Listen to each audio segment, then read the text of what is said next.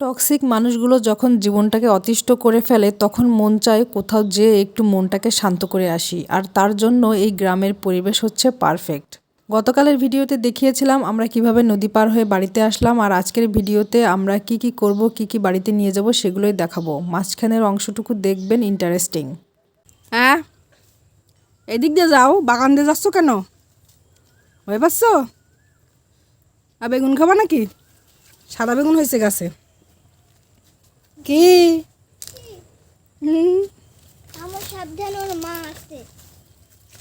ভয় পাচ্ছে? গাছে সাদা বেগুন হয়েছে। এই যে ওই যার একটা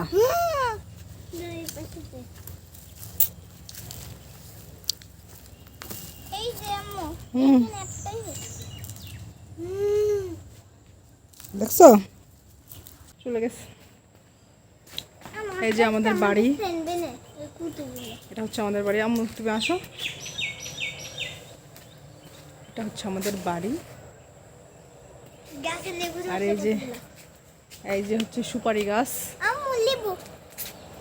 সুপারি গাছ। আর লেবু তো দেখালাম। এই দেখ, এই তুমি না একটা ছবি দেখছিলা যে আমার মাথায় কি দেয়া? এই যে সেই টুপি। দেখ বেটা কিভাবে পরে, দাঁড়াও আমি দেখাচ্ছি কিভাবে পরে। দাঁড়াও,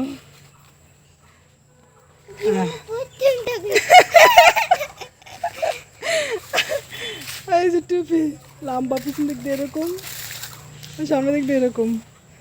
তুই পরবি? দে পরাই দি। দাঁড়াও, এই পরো। টুপি হয়েছে, তুমি না একটা ছবি দেখছিলা? টুপি, সেই টুপি হয়েছে এটা। এই এবার সুন্দর হয়েছে একেবারে। নাও, লম্বা টুপি, ময়ূরপঙ্খী।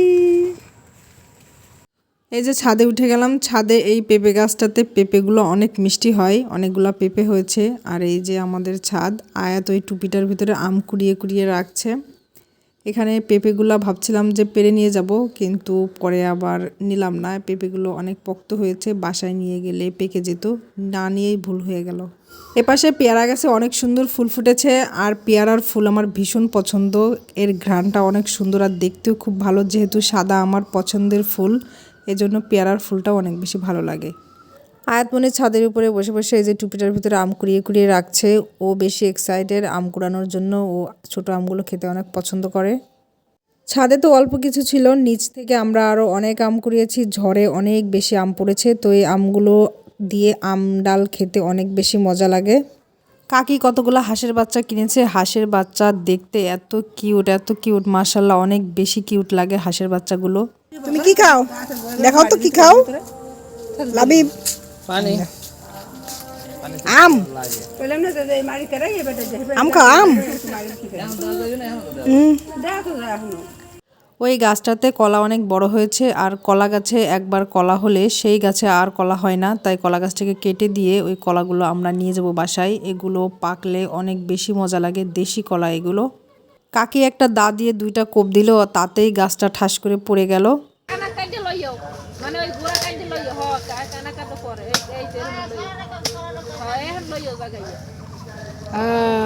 কলা, এগুলো কিসের ফল?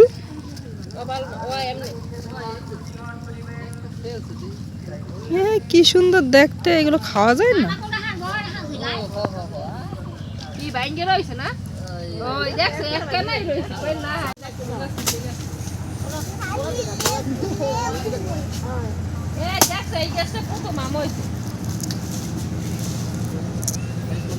এই জংলি ফলটা আমি এই প্রথম দেখলাম, দেখতে অনেক সুন্দর, আর এর ভিতরে বীজটা এরকম।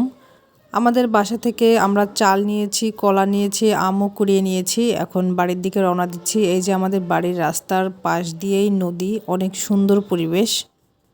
বাড়িতে চলে আসলাম। এই যে বস্তায় চাল, এগুলো হচ্ছে পিঠা খাওয়ার চাল, আমাদের খেতেই হয়েছে, সেটা ভাগে এতটুকু পেয়েছি। আর আম এনেছি আর পাশেরটা হচ্ছে সেই কলা। আমি অনেক সময় ওখান থেকে অনেক শাকসবজিও নিয়ে আসি, অনেক ফ্রেশ, খেতেও অনেক মজা লাগে, কিন্তু আজকে আর আনলাম না। আর এই যে আয়াত বসে বসে খাচ্ছে। তো আজকের ভিডিওটি এ পর্যন্তই, পরবর্তীতে দেখা হবে আর একটি ভিডিওতে। আল্লাহ হাফেজ।